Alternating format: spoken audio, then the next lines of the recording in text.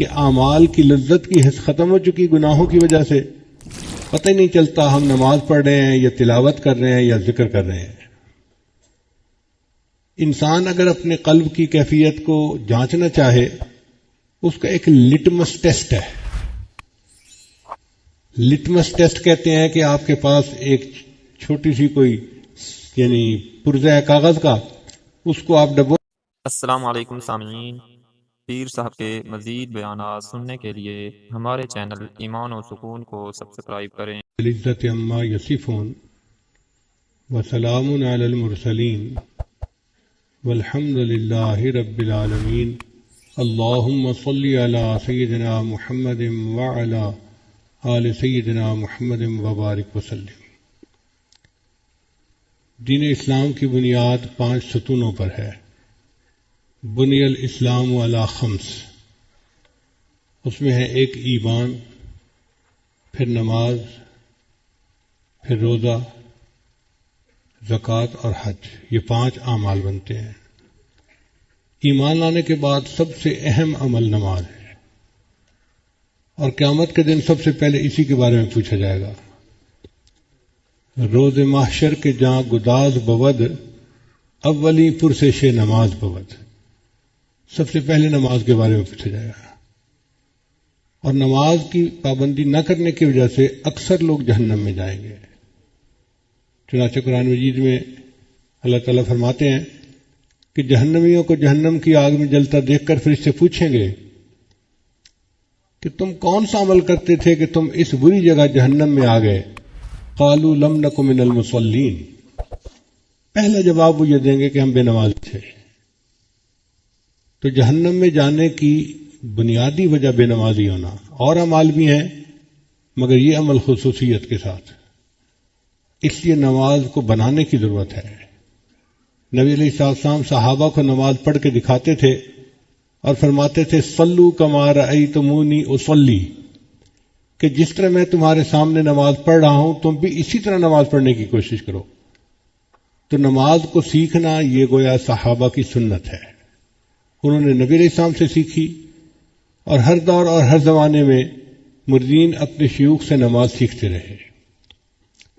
آج کے دور میں ہم یہ سمجھتے ہیں کہ شاید بیت کے تعلق کے بعد بس تعویذ دھاگے ہوتے ہیں جن سے کام چلتے ہیں، ایسی بات نہیں ہے۔ شاہ اسماعیل شہید رحمۃ اللہ علیہ جب اپنے شیخ سے بیعت ہوئے تو انہوں نے پوچھا کہ آپ کیسے آئے؟ تو کہا کہ حضرت مجھے صحابہ جیسی نماز پڑھنی سکھا دیجئے۔ یہ بیعت کا اصل مقصد ہے کہ بندے کی نماز سنور جائے، حتیٰ کہ اس کو نماز کی حلاوت نصیب ہو جائے۔ جس طرح ظاہری کھانوں کے اندر لذت ہوتی ہے، بریانی کے اندر اپنی لذت ہے، آئس کریم کے اندر اپنی لذت ہے، مرغ کڑائی کے اندر اپنی لذت ہے، اسی طرح اعمال کی بھی اللہ تعالیٰ نے لذتیں رکھی ہیں۔ اگر انسان کا دل صاف ہو تو وہ ان لذتوں کو محسوس کر سکتا ہے۔ ہم نے دیکھا ہے بعض لوگوں کی لذت کی جو حس ہوتی ہے وہ ختم ہو جاتی ہے، ان کو پتہ ہی نہیں چلتا وہ نمکین چیز کھا رہے ہیں یا میٹھی چیز کھا رہے ہیں۔ وہی حال آج ہمارا ہے کہ اعمال کی لذت کی حس ختم ہو چکی گناہوں کی وجہ سے، پتہ ہی نہیں چلتا ہم نماز پڑھ رہے ہیں یا تلاوت کر رہے ہیں یا ذکر کر رہے ہیں۔ انسان اگر اپنے قلب کی کیفیت کو جانچنا چاہے، اس کا ایک لٹمس ٹیسٹ ہے۔ لٹمس ٹیسٹ کہتے ہیں کہ آپ کے پاس ایک چھوٹی سی کوئی یعنی پرزہ ہے کاغذ کا، اس کو آپ ڈبوئیں سولوشن میں اور پھر بتا دیں کہ جی اب شوگر کم ہے، شوگر زیادہ ہے، فلاں ہے، فلاں ہے، آسانی سے پتہ چل جاتا ہے۔ حسن بصری رحمۃ اللہ فرمایا کرتے تھے کہ ہر انسان اپنے دل کی کیفیت کو جانچ سکتا ہے 3 اعمال کو دیکھے۔ اگر اس کا دل ذکر میں لگتا ہے، دل چاہتا ہے کہ مجھے ٹائم ملے، میں لمبا مراقبہ کروں، میں لمبا بیٹھ کے لا الہ الا اللہ کی تحلیل کے ساتھ ذکر کروں، اگر دل اس کے لیے ترستا ہے کہ مجھے ایسا ٹائم ملے تو اس کا مطلب ہے ذکر کی لذت ہے۔ اور اگر مراقبے میں بیٹھنے کو دل ہی نہ کرے، یا مراقبے میں بیٹھتے ہی دنیا کے خیالات، شیطانی شہوانی خیالات، اس کا مطلب یہ کہ ذکر کی لذت حاصل نہیں ہے۔ ہمارے بعض بزرگ گھنٹوں مراقبہ کرتے تھے، چنانچہ حضرت مولانا حسین علی وہاں بچنا والے ایک بزرگ گزرے ہیں، بڑے مفسر قرآن تھے، ہمارے حضرت نے ان سے تفسیر قرآن کا علم سیکھا۔ حضرت فرماتے تھے کہ وہ عشاء کے بعد مراقب ہوتے تھے اور پوری رات مراقب رہتے تھے۔ ان کے ہاں خانقاہ میں مراقبے کی ابتدا ہوتی تھی تو اختتامی دعا نہیں ہوتی تھی۔ مریدین کو کہا ہوا تھا کہ جو بندہ تھک جائے وہ اٹھ کے چلا جائے۔ ایک گیا، دوسرا گیا، تیسرا گیا، حتیٰ کہ سب اٹھ کے چلے جاتے تھے۔ حضرت اکیلے رہ جاتے تھے، جب دیکھتے کہ کوئی بھی اور نہیں تو تہجد کی نیت باندھ لیا کرتے تھے۔ پوری رات اللہ کی یاد میں گزار دینا۔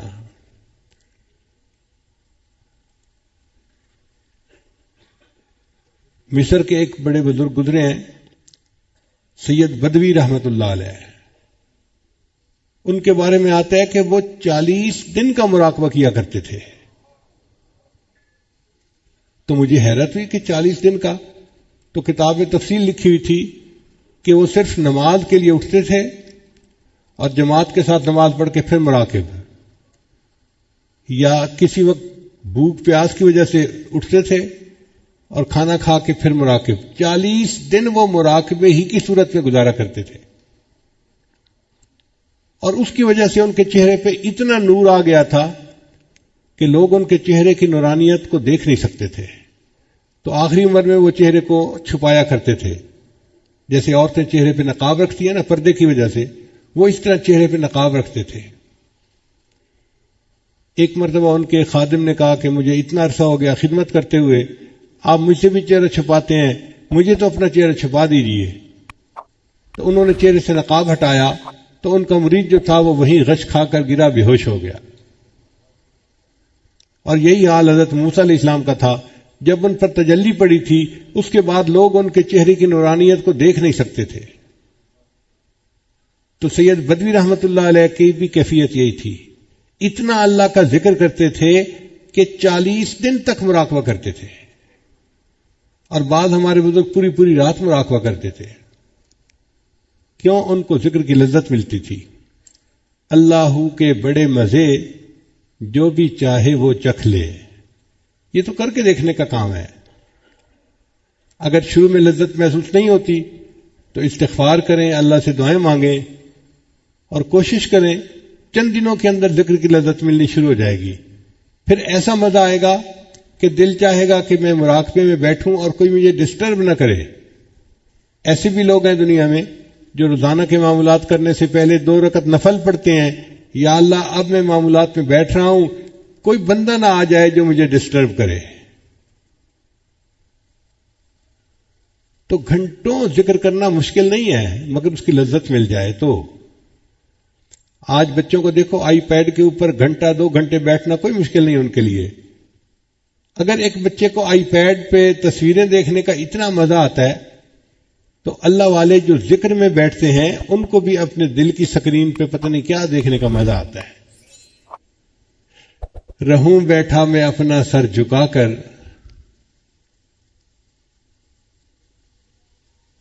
یہ ذکر کا مزہ ہی ایسا ہے، لذت ہی ایسی ہے۔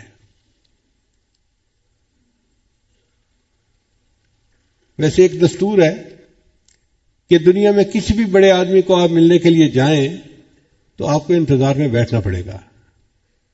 مثلاً آپ جائیں جی میں پولیس کے بڑے سے ملنا ہے، تو یہ نہیں ہو سکتا کہ آپ جائیں اور سیدھا دفتر میں اس کے سامنے جا کے بیٹھ جائیں۔ آپ کو دفتر کے بعد انتظار کرنا پڑے گا، جی صاحب میٹنگ میں فارغ ہوں گے، آپ سے بات کریں گے۔ آپ کسی بڑے مفتی کے پاس جائیں، کسی بڑے آدمی کے پاس جائیں، جس بڑے کے پاس بھی جائیں گے آپ کو انتظار کرنا پڑے گا۔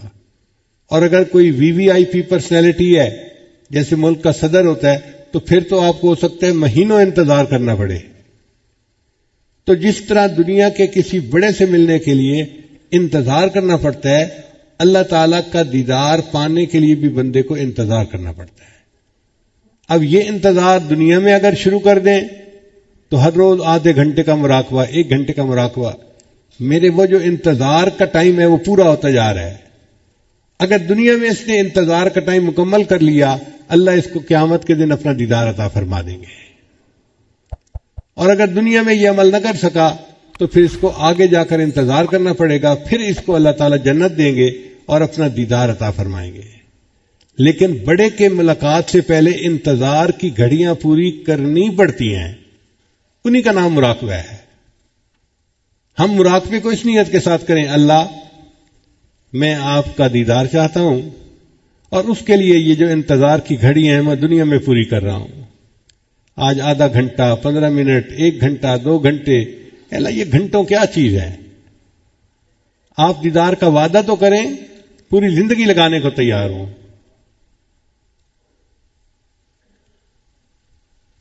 سر طور ہو، سر عرش ہو، ہمیں انتظار قبول ہے۔ سر طور ہو، سر حشر ہو، ہمیں انتظار قبول ہے۔ وہ کبھی ملے، وہ کہیں ملے، وہ کبھی صحیح، وہ کہیں صحیح۔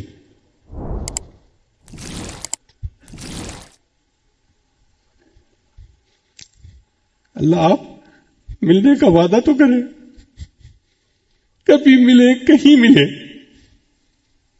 ہم اس کے لیے تیار ہیں۔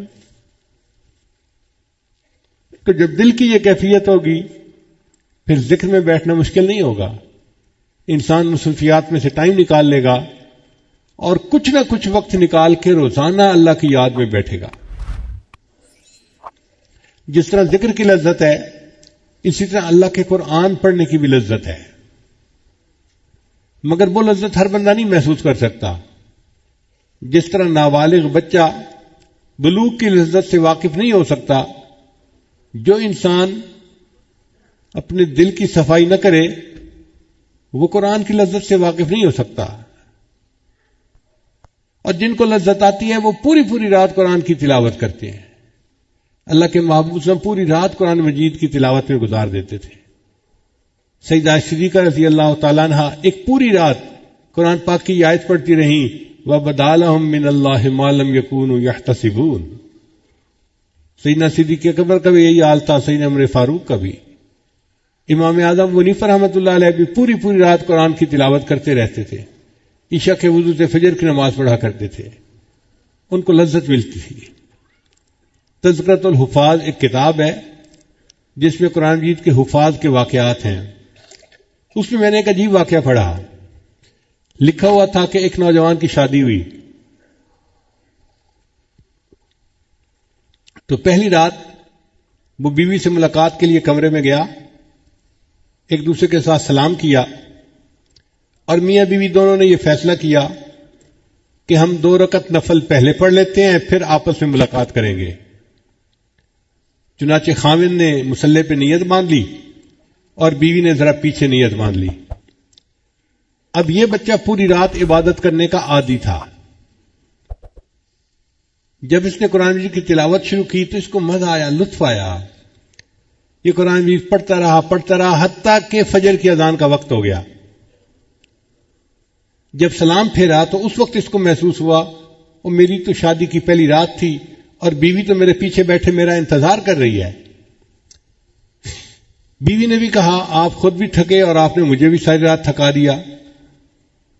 تو وہ نوجوان کہنے لگا اچھا میں فجر کی نماز پڑھنے جاتا ہوں، واپس آؤں گا پھر ہم ملاقات کر لیں گے۔ فجر کی نماز پڑھی تو دوستوں سے ملاقات ہو گئی۔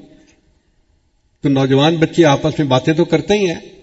کسی نے کہا بتاؤ بھائی بیوی سے ملاقات ہوئی تو کیسی بیوی ملی تمہیں؟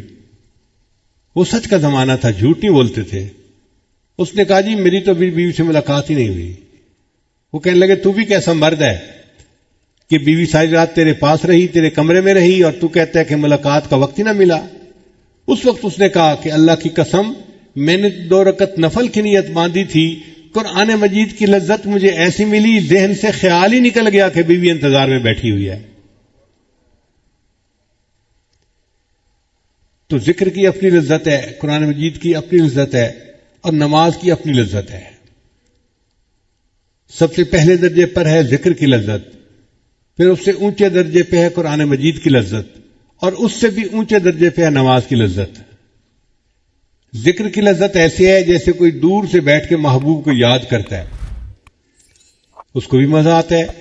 جو دور سے بیٹھا اپنے محبوب کے خیالات میں مگن ہے اس کو مزہ آتا ہے. ذکر کی لذت ایسے ہی ہے. اور قرآن مجید کی لذت ایسے ہے جیسے کوئی اپنے دوست سے ٹیلی فون پہ گفتگو کر رہا ہو. تو یاد کرنے کا مزہ کم ہے، گفتگو کرنے کا مزہ اس سے زیادہ ہے. اور نماز کی لذت ایسے ہے جیسے محبوب کے سامنے بیٹھ کے اس کا دیدار کر رہا ہو اور بات چیت کر رہا ہو، اس کا مزہ سب سے زیادہ ہے.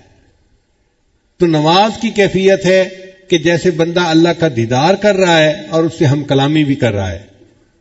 اس لیے نبی صاحب نے فرمایا ان تعبد اللہ کا انک تراہ، تو اللہ کی عبادت ایسے کر جیسے تو اسے دیکھتا ہے. فإن لم تکن تراہ فإنہ یراک، اور اگر تیری یہ کیفیت نہیں تو کم از کم اتنی کیفیت حاصل کر لے کہ اللہ تجھے دیکھ رہا ہے، تو اللہ کے سامنے کھڑا ہے. ایسی نماز کو بنانا ہم میں سے ہر بندے کے لیے لازم ہے. اب یہ نماز کیسے بنائیں، اس کے لیے فکر مند ہونے کی ضرورت ہے. سب سے پہلی بات کہ ذکر کثرت کے ساتھ کیا جائے. جتنا ذکر کثرت کے ساتھ کریں گے اتنا نماز کی کیفیت بہتر ہو جائے گی. دوسری بات کہ نماز کا ترجمہ آنا چاہیے ہر لفظ کا، تاکہ جب آدمی نماز کے الفاظ پڑھ رہا ہے تو صرف الفاظ ہی نہ پڑھے، ان الفاظ کے پیچھے ایک کیفیت ہے وہ حاصل ہونی چاہیے. اور تیسرا یہ کہ اپنی نگاہوں کو کنٹرول رکھے. قیام میں نگاہیں سجدے پر ہوں، رکوع میں پاؤں کے انگوٹھوں پر، سجدے میں ناک کے اوپر، اور اتحیات میں اپنے دامن کے اوپر. اگر نماز میں ترجمے کا خیال رکھے، نگاہوں کا خیال رکھے اور پھر اللہ کی طرف متوجہ ہونے کی کوشش کرے تو نماز کی لذت آسانی سے حاصل ہو جاتی ہے. یہ کوئی اچیویبل چیز ہے، ان اچیویبل چیز نہیں ہے. خوش نصیب ہیں وہ لوگ جو دنیا میں نماز پڑھنے کی لذت کو پا لیتے ہیں، پھر وہ بہانے ڈھونڈتے ہیں.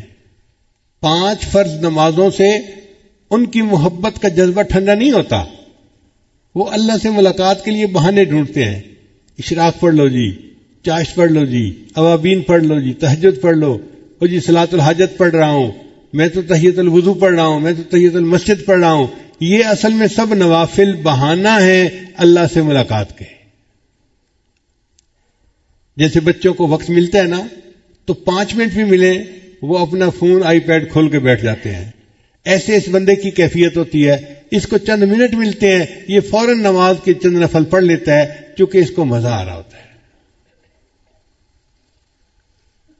آج کل ہم نماز پڑھتے ہیں مزدور کی نماز. آپ دیکھیں گھر میں ایک مزدور لائیں کہ جی پتھر توڑنے ہیں، تو مزدور آئے گا، پتھر توڑے گا اور رات کو جاتے ہوئے آپ سے 500 روپیہ مزدوری کا لے کے چلا جائے گا. لیکن اس مزدور کو پتھر کے توڑنے میں کوئی مزہ نہیں آ رہا. ایک مزدوری ہے جو بیٹھا سارا دن کر رہا ہے. اور ایک آدمی دنیا میں گزرا ہے، اس کا نام تھا فرہاد. اس کو شیریں سے محبت تھی اور اس کا دل چاہتا تھا کہ شیریں مجھے مل جائے. تو اس کو کسی نے شرط لگا دی کہ اگر تم پہاڑ کھودو اور اس میں سے نہر کوئی نکل آئے پانی کی تو پھر تمہیں نکاح کر دیا جائے گا. اب وہ فرہاد پتھر توڑتا تھا، مگر پتھر توڑنے میں اس کے ساتھ ایک لذت وابستہ تھی کہ مجھے میرا محبوب مل جائے گا. ہر ضرب تیشا کیفے وصال دوست، وہ جو کلہاڑا مارتا تھا پتھر کے اوپر تو ہر ضرب لگانے پر اس کو ایسے لگتا تھا جیسے مجھے میرے دوست کے وصل کا مزہ مل رہا ہے. ہر ضرب تیشا کیفے وصال دوست، فرہاد میں جو بات ہے مزدور میں نہیں. آج ہم مزدور کی نمازیں کھڑے پڑھ رہے ہیں، کاش کہ اللہ ہمیں فرہاد کی نمازیں پڑھنے کی توفیق عطا فرمائے. نماز کو بنانے کے لیے نماز کے باہر اعمال کو دیکھنا پڑے گا. اس کی مثال یوں سمجھیں، ایک بندہ باکسنگ کا مقابلہ کرنا چاہتا ہے، تو جیسے ہی ڈیٹ فکس ہوتی ہے وہ بندہ اپنا ورزش کرنا شروع کر دیتا ہے، روزانہ 2-4 گھنٹے پریکٹس کرتا ہے، کبھی لیدر کے پلوں کو مکے مار رہا ہے، کبھی جاگنگ کر رہا ہے، کبھی فلاں کر رہا ہے، کبھی فلاں کر رہا ہے۔ یہ ایکسرسائز وہ کیوں کر رہا ہے؟ اس کے مسل بلڈ اپ ہو جائیں اور وہ وقت کے اوپر اچھا مقابلہ کر سکے۔ جتنی اچھی اس نے ایکسرسائز باہر کی ہوگی اتنا اچھا اس کی پرفارمنس رنگ کے اندر ہوگی۔ اور اگر کوئی بندہ مقابلہ تو سیٹ کر لے پھر سویا پڑا ہو، اب اس سے کوئی پوچھے بھئی تمہارا مقابلہ ہے، اور جی جب میں رنگ میں جاؤں گا تو دیکھی جائے گی، آپ بتائیں اس کا کیا حال ہوگا؟ یہ رنگ میں جائے گا تو ایک راؤنڈ بھی مقابلے میں نہیں کھڑا ہو سکے گا، ایک مکہ لگے گا اور یہ ناک آؤٹ ہو جائے گا۔ وجہ کیا تھی؟ کہ اس نے مقابلے کی تیاری نہیں کی ہوئی تھی۔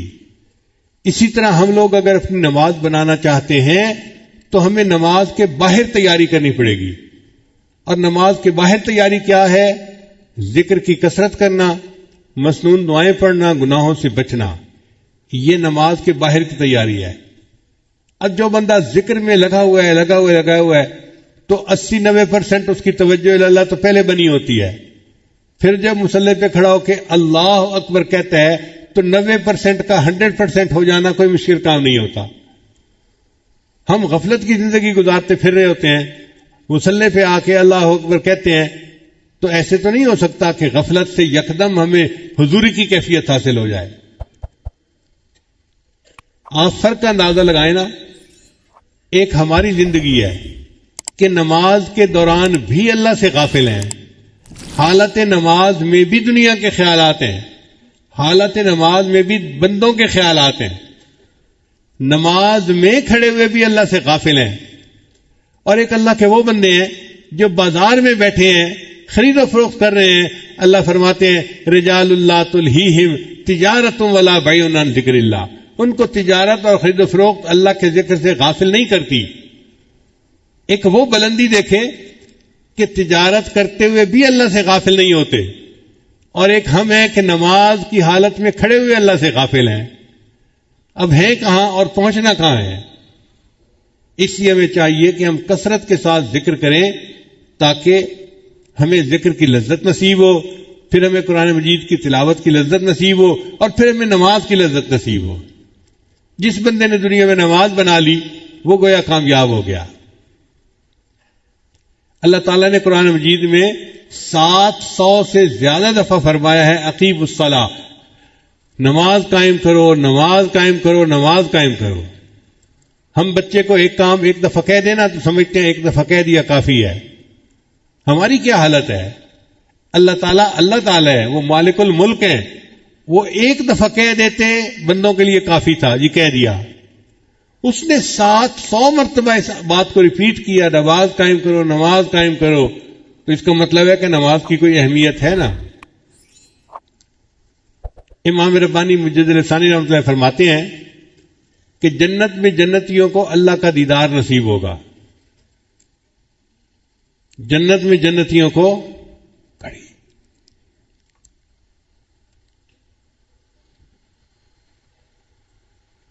جنت میں جنتیوں کو اللہ کا دیدار نصیب ہوگا، مگر اس دیدار کی جو لذت ہوگی وہ ان کی نماز کی کیفیت کے مطابق ہوگی۔ اگر وہ دنیا میں ایسی نماز پڑھتے تھے جس میں خیالات ہی آ رہے ہیں، ان کو اللہ کا دیدار تو ہوگا مگر محبوب کے چہرے پر پردے ہوں۔ اب ایک دلہن بیٹھی ہے جس کے چہرے پر پردے ہیں، اور ایک دلہن ہے جو پردے ہٹا کے بیٹھی ہے، تو کتنا فرق ہے۔ تو یہ جو دنیا میں ہمارے نماز کے خیالات ہیں، یہ جنت میں پردے بن جائیں گے بندے اور اللہ کے چہرے کے درمیان۔ تو کیا لذت ملی اس بندے کو۔ اور جو لوگ دنیا میں ایسی نماز پڑھتے ہوں گے کہ نماز میں ان کو کسی کا خیال نہیں آتا ہوگا، ساری توجہ اللہ کی طرف رہتی ہوگی، اللہ تعالیٰ اس کو ایسی تجلی عطا فرمائیں گے کہ وہ اللہ کے چہرے کو بغیر کسی پردے کے دیکھے گا۔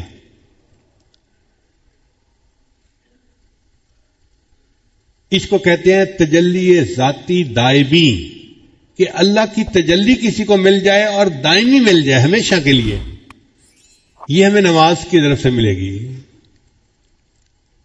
امام ربانی مجدد ثانی اپنے مکتوبات میں لکھتے ہیں، اگر نماز نہ ہوتی تو محبوب کے رخ سے پردہ کون ہٹاتا اور دیدار کی لذت کون پا سکتا؟ یہ تو نماز ہی ہے جو انسان کے لیے اس کام کو آسان بنا دیتی ہے۔ اور وہ فرماتے ہیں کہ جو لوگ قوالیوں میں اور ادھر ادھر کے کاموں میں لگے ہوتے ہیں، اصل وجہ یہ ہے کہ ان کو نماز کی لذت حاصل نہیں ہوئی ہوتی، اس لیے ان کو غنا میں سکون ملتا ہے، ان کو نعتوں میں اور پڑھنے میں اور اشعار میں سکون ملتا ہے۔ جن کو نماز میں لذت ملتی ہے ان کو پھر کوئی اشعار سننے کی ضرورت پیش نہیں آتی۔